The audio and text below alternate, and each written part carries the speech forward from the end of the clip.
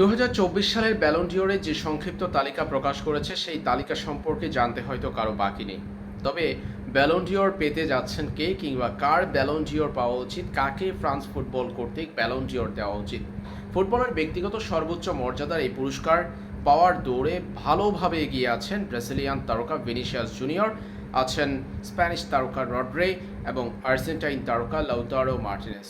এছাড়াও Jude Bellingham সহ Kylian Mbappe অন্যান্য ফুটবলাররাও আছেন ব্যালন ডিওরের জন্য মনোনীত সংক্ষিপ্ত 30 জনের তালিকায়।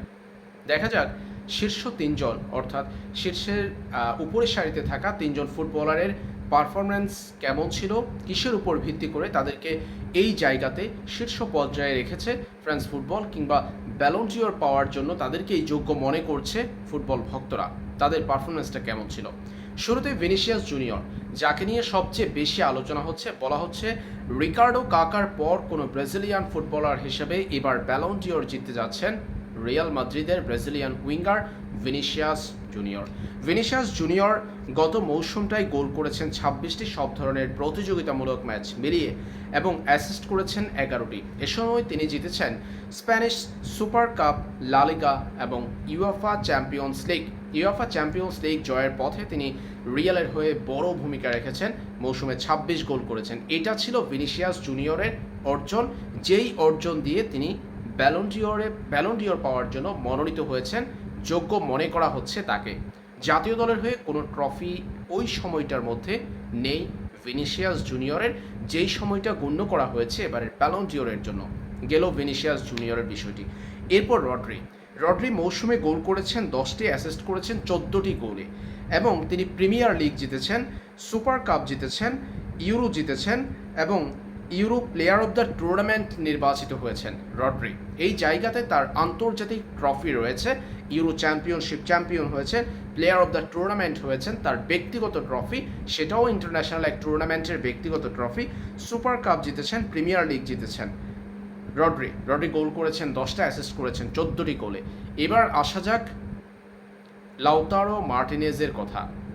লাউতারো মার্টিনেজকে অধিকাংশ ফুটবল ভক্ত মনে করছে এবারের ব্যালন ডিওরের জন্য সবচেয়ে বেশি যোগ্য লাউতারো মার্টিনেজ।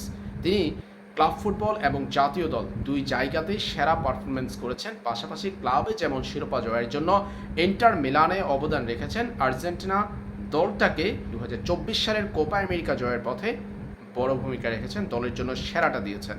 লাউতারো মার্টিনেজ মৌসুমে গোল করেছেন 35টি, অ্যাসিস্ট করেছেন 8টা গোলে, অর্থাৎ 35 গোল 8 অ্যাসিস্ট। তার মানে তার নামের সঙ্গে যুক্ত রয়েছে 43টা গোলই সরাসরি অবদান রেখেছেন লাউতারো মার্টিনেজ। সেরিয়া চ্যাম্পিয়ন হয়েছেন, ইটালিয়ান সুপার কাপ চ্যাম্পিয়ন হয়েছেন, আর্জেন্টিনার হয়ে জিতেছেন কোপা আমেরিকা।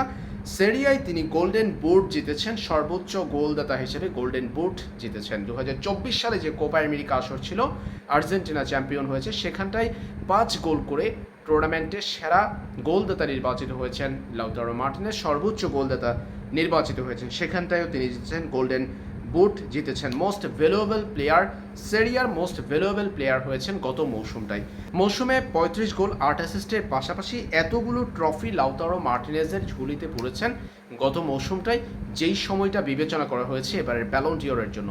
তাই সবচেয়ে বেশি যোগ্য মনে করা হচ্ছে, পারফরম্যান্সের বিচারে সবচেয়ে বেশি যোগ্য মনে করা হচ্ছে লাউতারো মার্টিনেজকে। আর্জেন্টাইন এই তরুণকেই মনে করা হচ্ছে এবারের ব্যালন ডিওর জয়ের জন্য সবচেয়ে বেশি যোগ্য। আপনার মতামত জানাবেন ভিডিওর কমেন্ট সেকশনে।